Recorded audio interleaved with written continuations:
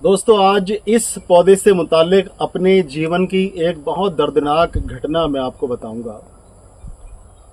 ये काफ़ी पुरानी घटना है और जब की घटना है जब मैं डॉक्टर नहीं बना था, जब मैं इस फील्ड में आयुर्वेद की फील्ड में नहीं आया था।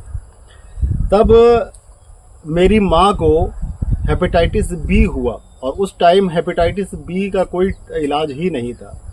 डॉक्टर्स के पास गए, काफ़ी डॉक्टर्स को दिखाया, पता ही चला कि डॉक्टर्स ने आखिरकार हाथ उठा दिए। जब किसी दवा से कंट्रोल ही नहीं हुआ तो डॉक्टर्स ने कहा भाई इसका कोई इलाज नहीं है। और आपको यकीन नहीं होगा किस तरह से वो डॉक्टर्स और कंपाउंडर्स उनको देखा करते थे, हाथों में ग्लव्स लगा के, मुंह पे पूरा उसको रैप करके और बड़ी दूर से देखा करते थे। कहते थे कंटेजस डिजीज़ है और अगर किसी की हो जाए तो लीवर इसमें पूरी तरह से डैमेज हो जाता है और ये पेशेंट ठीक नहीं होता। पूरी तरह से निराश हो चुके थे हम, पूरी तरह से निराश हो चुके थे। कहाँ कहाँ ट्रीटमेंट नहीं कराया, कहाँ कहाँ इलाज नहीं कराया, मैं आपको बता नहीं सकता, और कौन कौन सी मेडिसिन इस्तेमाल नहीं की। आखिरकार मेरे वालिद साहब थे डॉक्टर वसीउल्लाह खान शेरवानी। वो एक होम्योपैथ थे, होम्योपैथी की दवाई भी उनको दी थी। लेकिन एक चीज़ देखिए, आपने देखा होगा, अगर आप डॉक्टर हैं या नहीं भी हैं तब भी अगर किसी डॉक्टर के घर में कोई दिक्कत आ जाए, कोई परेशानी हो जाए, कोई बीमार पड़ जाए या डॉक्टर खुद बीमार पड़ जाए, उसके घर के कोई करीबी इंसान बीमार हो जाए, तो उसका दिमाग पूरी तरह से काम नहीं करता। ये एक नेचुरल सी बात है, एक उसके अंदर जो सेंटिमेंट्स जुड़ जाते हैं और उन सेंटिमेंट्स के जुड़ने के बाद में फिर इंसान जो है वो सही तरह से सोच ही नहीं पाता है। तो जाहिर है दूसरों की मदद लेनी पड़ती है। वहाँ जबकि दूसरे लोग भी हाथ उठा दें, हाथ खड़े कर दें कि भाई इसका ट्रीटमेंट नहीं है, तो फिर इंसान कितना निराश हो सकता है, ये सोचें। मैं अपनी माँ से, अल्लाह का शुक्र है वो हयात हैं और ठीक हैं, मैं बहुत ज़्यादा मोहब्बत करता हूँ और हर औलाद को करना चाहिए। उस वक्त में मुझे ऐसा लगता था कि ये ठीक हो जाए, चाहे मुझे कुछ भी हो जाए, लेकिन ये ठीक हो जाए। तो मैं मारा फिरता था कि कुछ तो इलाज मिलना चाहिए। ऐसा तो है नहीं, उस टाइम भी मेरा मानना यह था। आज मैं जब आप लोगों के लिए वीडियोस बनाता हूँ, नुस्खे लाता हूँ, तो आज भी मैं ये कहता हूँ इस बात को कि निराश किसी बीमारी से कभी मत होना, क्योंकि अल्लाह ताला ने अगर बीमारियाँ ज़मीन पर उतारी हैं तो उनका इलाज भी उतारा है। तो मैं आपको बता रहा था कि मेरे वालिद के एक दोस्त थे, वैद्य सत्य प्रकाश रस्तोगी जी। उन्होंने मुझे बुलाया और कहा बेटा देखो, इतना निराश मत हो, भगवान ने हर चीज़ का इलाज बनाया है। एक आशा बंधी, जबकि लोग ये कह रहे थे, बड़े बड़े डॉक्टर्स ये कह रहे थे कि कोई आशा नहीं है, उस वक्त में एक बड़ी आशा की किरण मेरे सामने थी और मेरा दिल उस वक्त में बहुत खुश हो रहा था कि एक आस है कि मेरी माँ की जान बच जाएगी। आखिरकार मैंने उनसे कहा कि वैद्य जी मुझे आप बताइए कि क्या कर सकता हूँ मैं।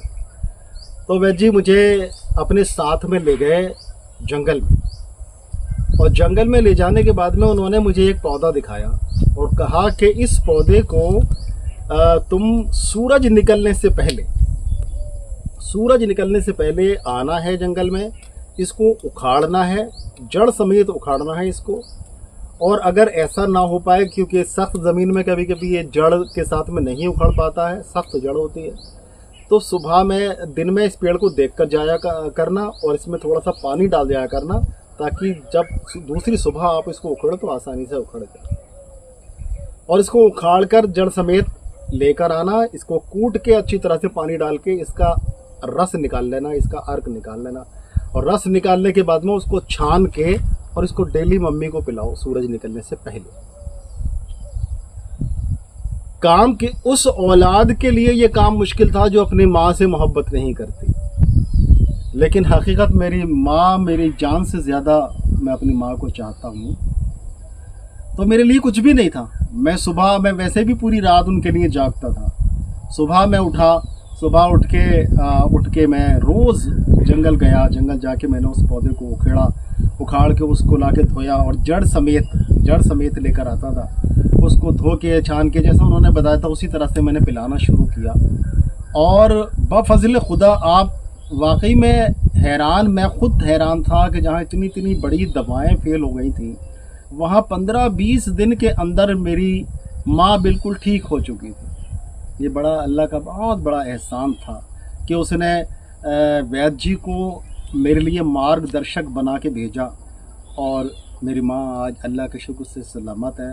अल्लाह उन्हें सलामत रखे, लंबी उम्र अता फरमाए सेहत के साथ में, और अल्लाह ताला सबकी माँओं को सलामत रखे, उनको सेहत दे, तंदुरुस्ती दे।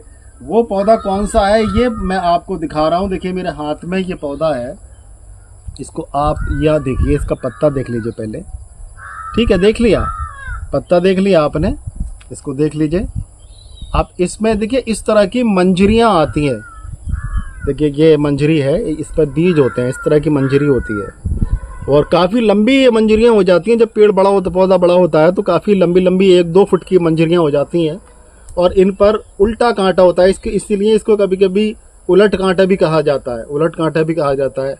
वैसे इसको चिरचिटा कहा जाता है, अपामार्ग कहा जाता है। आप लोग जानते होंगे, आमतौर पर ये दिखाई देता है, लेकिन ये इतनी ज़बरदस्त चीज़ है, ये बहुत कम लोग जानते हैं। इसके सैकड़ों फ़वाइद और हैं, लेकिन आज मैं जो ख़ास बात बताने के लिए, अपने दिल की बात बताने के लिए आपके सामने आया था वो यही थी। इसको जड़ के साथ में उखेड़ना है और इसको कूट पीट के, इसको अच्छी तरह से पानी मिला के, फिर इसका रस निकाल के पेशेंट को पिलाना है सूरज निकलने से पहले। आप देखेंगे कि लीवर की कोई भी बीमारी हो, मैंने तो हेपेटाइटिस बी में इसको आजमाया है, लेकिन मुझे यकीन है कि हेपेटाइटिस सी में भी ये उसी तरह से काम करेगा। तो आप इसका सहारा ज़रूर लें, इलाज कोई भी चल रहा हो आप इसको ज़रूर चलाएं।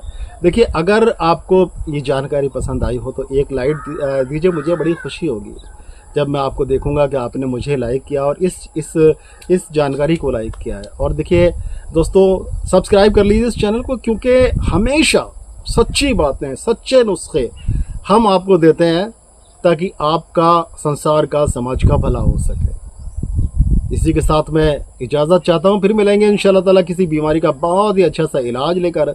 तब तक के लिए अपने भाई डॉक्टर आदर्श शेरवानी को इजाज़त दें। सलाम।